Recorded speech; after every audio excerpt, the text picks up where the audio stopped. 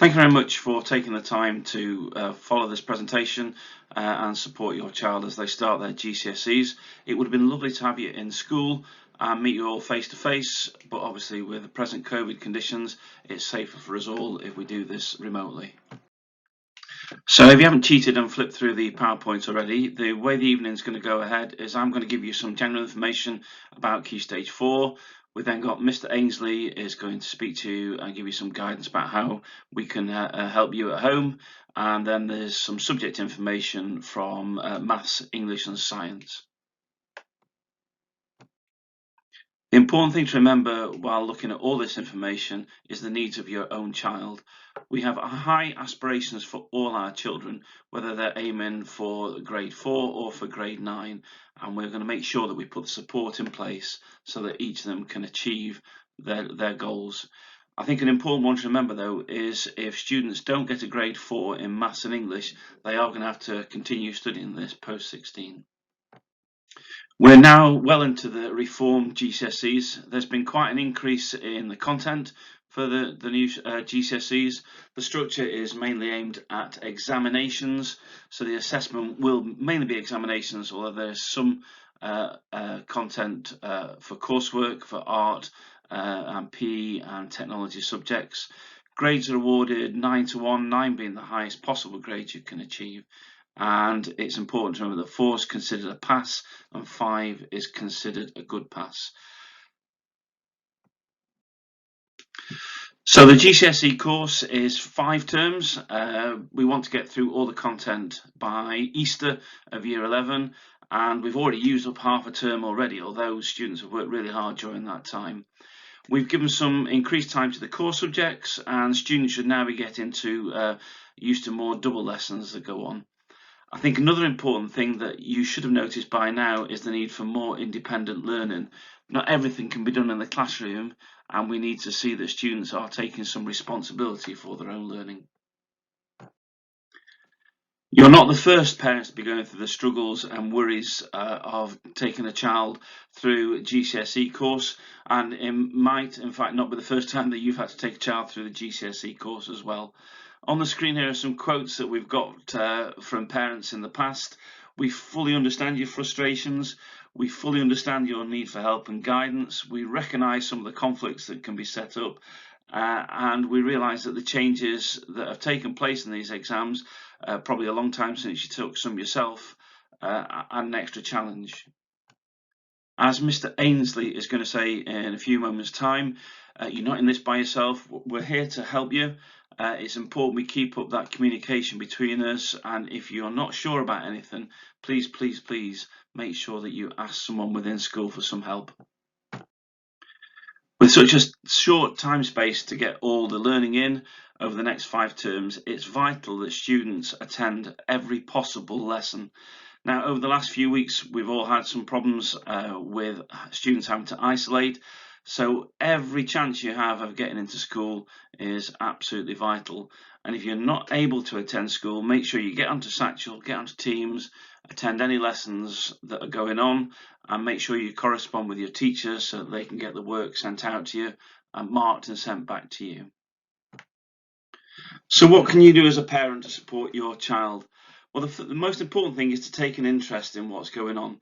You don't have to be an expert in all the subjects that they're covering. In fact, some of the subjects you might not have studied yourself. But if you can listen to what's going on, have a look at the work, take some time and care to look at what they've been studying and maybe ask some questions.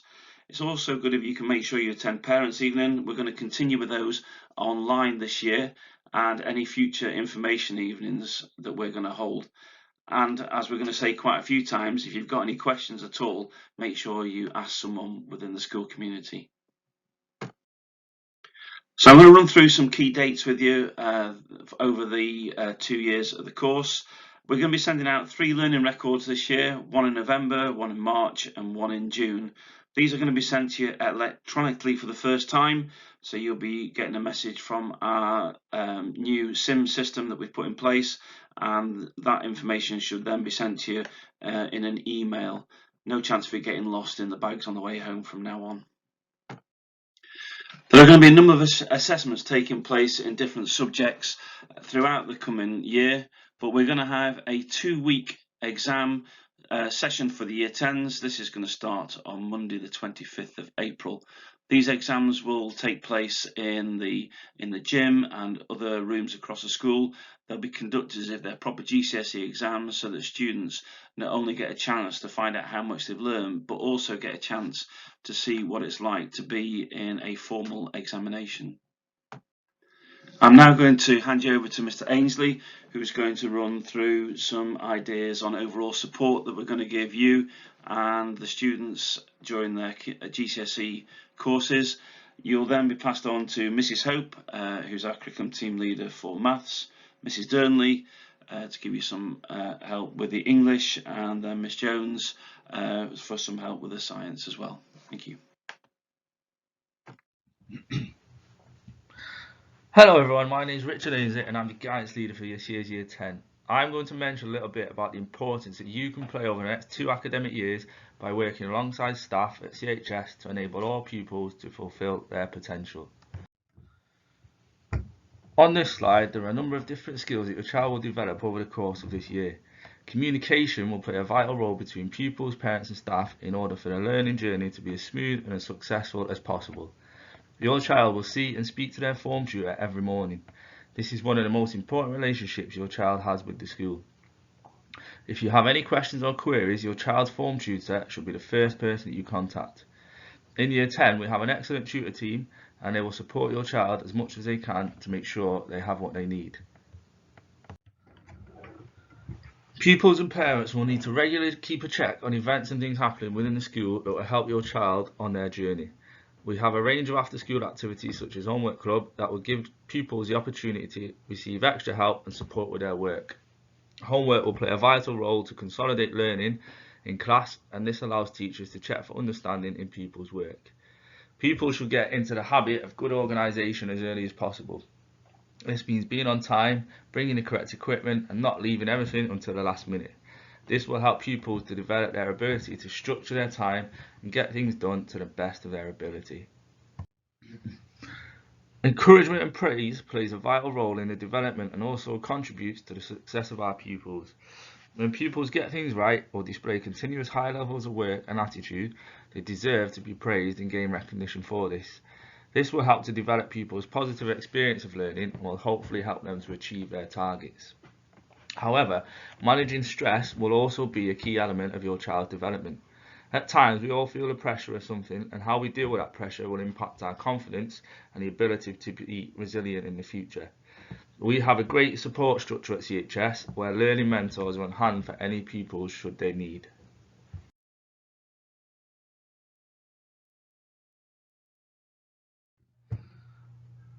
Attitude to learning is key to the success of our pupils. We support all pupils in any way we can, but to achieve the best results, a pupil's attitude towards learning is vital. Regular checks by myself and tutors take place to oversee the level of effort and the attitude of each pupil. We now have a more detailed breakdown of rewards and consequences added for each child that allows staff to monitor areas to be praised, but also areas that pupils could develop to be even better. This helps us to structure learning and an environment that will help all children to achieve success together at lots of different points in their academic life.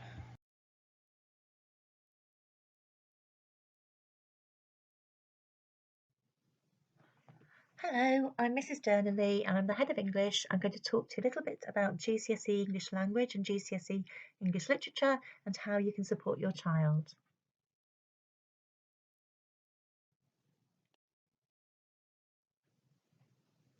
As you can see here, we teach EDUCAS GCSE English Language and AQA English Literature.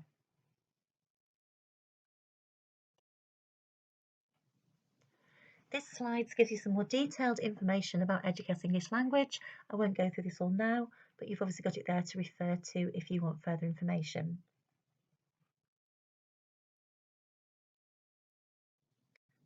And this is the detailed information about AQA English Literature.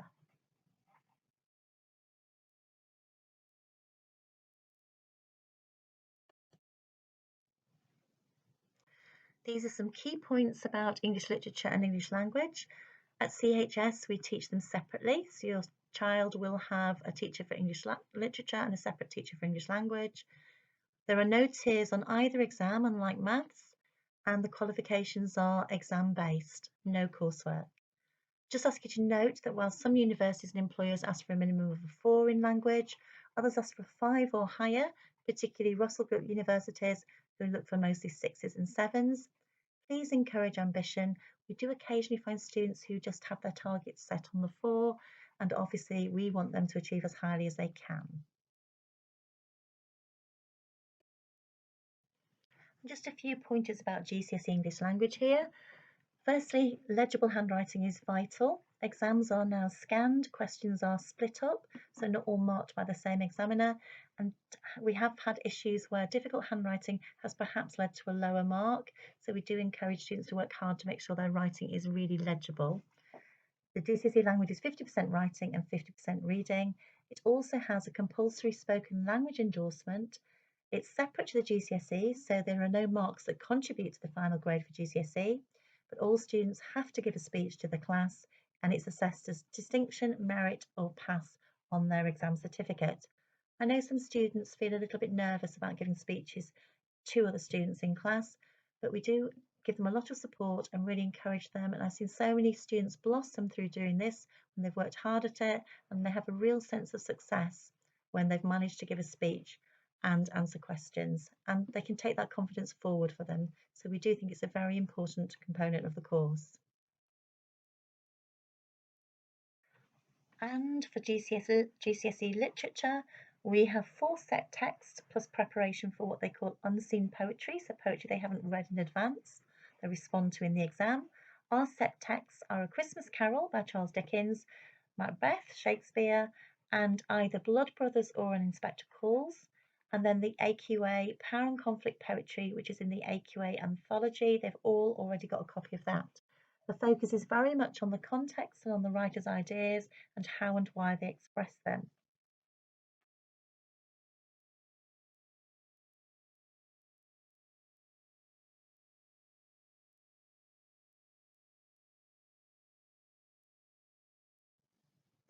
And finally, from me, what can you do to help your child at home? Help them to be organised, that's really important. Keeping their full exercise books tidy, somewhere safe, they'll need them for revision.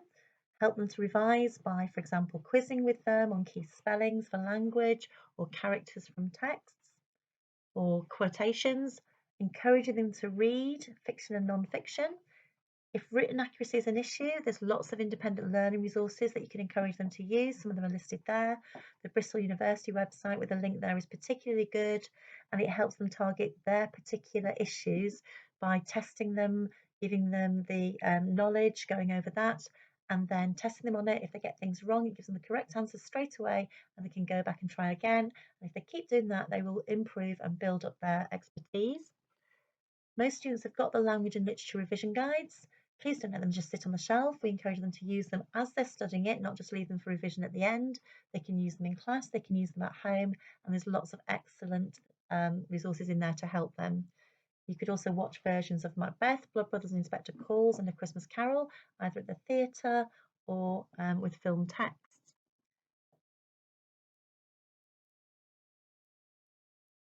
If you have any issues at all during the course, for language or literature, please contact your child's teacher or ask them to have a word with them, or email me and I'll get back to you as soon as I can.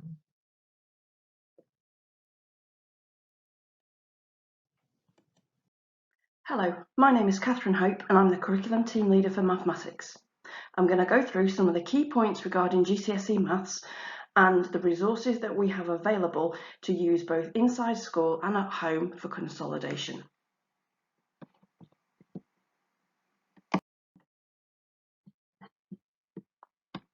As Mrs Dearnley mentioned, GCSE Maths is tiered. As a rough guide, Set 1 and Set 2 will follow the higher course. This covers grades 4 through to grade 9, and Sets 3 and 4 follow the foundation course, which goes from grades 1 up to grade 5. In both tiers, the assessment is at the end of Year 11, and there are 3 1-hour 30-minute papers, 2 of which are calculator and 1 is non-calculator. all of which are equally weighted, and that forms the complete assessment.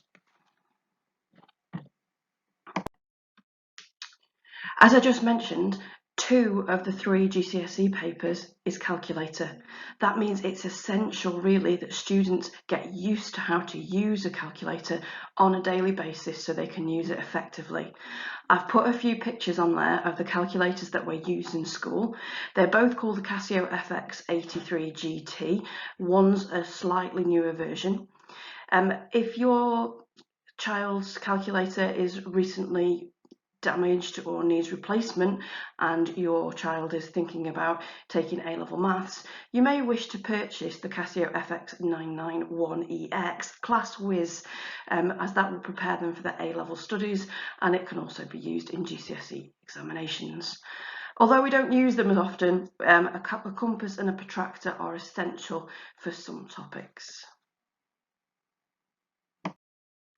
As you probably know, there's a wealth of maths resources out there on the internet.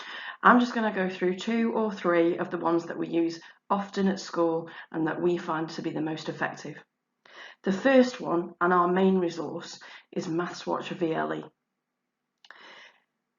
Students can access this on a PC, phone or tablet, and students use this resource at least once per fortnight in school to consolidate classwork. Students can make good use of this resource for independent study at home and for catching up on missed work. As you can see, it has video clips for support, self-marking questions, and a new feature called the feedback function. The feedback function allows students to send a message to their class teacher, and we can see exactly what students have put for their solution and offer appropriate advice and support.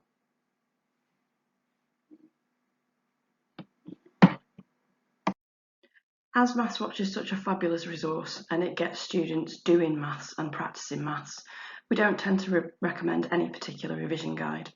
Should you wish to purchase one though, it just needs to cover the Edexcel GCSE 9-1 1M A1 course, which is at the bottom of the screen there. Should students want to access things such as practice papers or maybe the bank of homework resources that we've got, there's also a wealth of resources on the department's SharePoint site, and there's a picture of it there for you to see. Last one is Maths Genie. Now this is a really good website that's got a wealth of resources. It's got video clips, exam questions and solutions, as well as past papers, mark schemes and walkthroughs of questions done by teachers. It's worth a look. Thank you ever so much for listening, and if I can be of any help, please don't hesitate to contact me. Thanks. Hello, I'm Miss Jones. I am the Head of Science at Congleton High School, and I'm just going to talk to you a little bit about how we can work together to ensure that students can achieve their potential in science. First of all, some basic information about the science courses. Our exam board is AQA, and your children will either be on one of 2 routes for the sciences. They will either be doing combined science because they didn't take science in their option blocks, or they will be doing triple science because they chose science as an extra option. You can see the course codes on this slide for each of those, so if you wish to look them up online, those are the course codes you will need. If your child is on the combined science route, they will have 6 exams at the end of the 2 years, each of an hour and 15 in length. That will be 2 chemistry, 2 biology and 2 physics. The triples exams will also be 6 examinations, but they will be just a little bit longer at an hour and 45 minutes. Over the course of the 2 years, the students will carry out some required practicals in lessons, and in the exams there will be questions that account for about 15% of the overall marks on these required practicals. 40% of the marks is about recalling and demonstrating knowledge, another 40% for being able to apply other knowledge, and 20% for analysing information. Up to 30% of them will have a mathematical element, so they must have a calculator available to them for these exams. As you can see from the percentages there, there is almost half of the marks available from just being able to remember information, and that is the biggest challenge when preparing students. We have such a large amount of information that they just have to learn. In order to help with that large amount of information, we have a recommended support book. The letters should have come out with this presentation. The school price that we can sell the combined science one for is £8. At RRP's at £12 if you want to buy it yourself. And then the trilogy one, the separate science one, we can do a combination of the 3 books for £15. All of these books contain higher and foundation content. They contain revision, they contain questions, they contain exam tips. They're the ones that we have found would be most useful for students when working at home. We're asking that the orders, if you want to pay through school, are in by Friday to us so that we can distribute these after half term. In the modern world, books are not always the thing that students prefer most, however, and we know that. So we would use GCSE Pod to help support revision, homework, and students' independent learning outside of the classroom. This can be done from any device that you use your school email to create an account.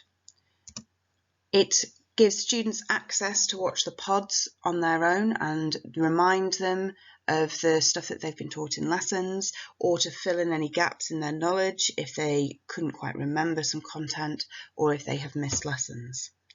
They can also assess themselves using the try some questions after they have watched a group of pods. There is a huge variety of subjects, but obviously I'm here to sell you on the science part of GCSE Pod, but you can use it for most of the subjects that your students will be studying. And teachers will also be setting assignments and homework tasks on GCSE Pod. It's something we really encourage students to use, and I know a lot of Year 11s have said that they really enjoy using this as a way of helping to revise at home. The teachers can also monitor the usage, so if we've asked students to use GCSE Pod to revise, or they tell us they've used it to revise, we can actually go on and see how long they have been on there, how many questions they've tried, how many pods they have watched. So this would be an excellent tool to use to help support revision in an online framework. Another online platform that students find very useful is BBC Bitesize. This has expanded dramatically over the past 2 years with a lot of resources on there to help support students in remote learning. There's quizzes on there, there's videos on there, students can look at just the notes to help pick out the key points, but it would be a very good starting point for students' revision at home. Finally, we have some different YouTube clips here. We've got some Seneca learning stuff, some revision worlds where you can get some past papers. All of these links are ones that we think are good links that your students can use. Some of them are videos, some of them are quiz platforms, some of them help with past exam questions. It's very important to make sure that students are using something that they enjoy to help support their revision, or as much as they possibly can. So we would advise that they would have a look at as many different types of online support as they can to find something that works best for them. Bit of a summary on some support at home for science. We would encourage students to ask lots of questions of their teachers, to come and find us at break times or lunch times or after school if there's a question about a homework or they didn't want to ask a question in a lesson, but that they come with a specific question. Even when we do revision sessions, we would ask that students come having done a bit of work before the revision session. There's no good them turning up and not really knowing what they want to cover. We would advise that they get the revision guide that I went through on a previous slide, get them to use this when they're doing their homework, get them to use tick boxes, get them to really use it to their full potential. In Year 11, we do start running some revision sessions, but as I previously said, we would ask that students are coming along to that prepared with certain questions that they want to ask. Revision shouldn't be a teacher-led activity, it should be a student-led activity. Having said that, we know that students aren't amazing at this, so we tend to give them specific topics. For example, one week we might be doing a chemistry one based on bonding. The next week we might be doing a biology one based on cells and organisation. But even so, students will get the best out of those if they come prepared. If you do have any questions about science support, then please do get in contact with me. You can see my email address at the bottom of this slide. All that remains is for me to say thank you for taking the time to listen to this presentation. Lots and lots of information there, and I know you're going to have to digest it and maybe have quite a few questions to ask. No problem at all. Any questions, please direct them either to the teachers involved or to Mr Ainsley and myself, and we'll do our best to get back to you as quick as possible. Thank you again for listening.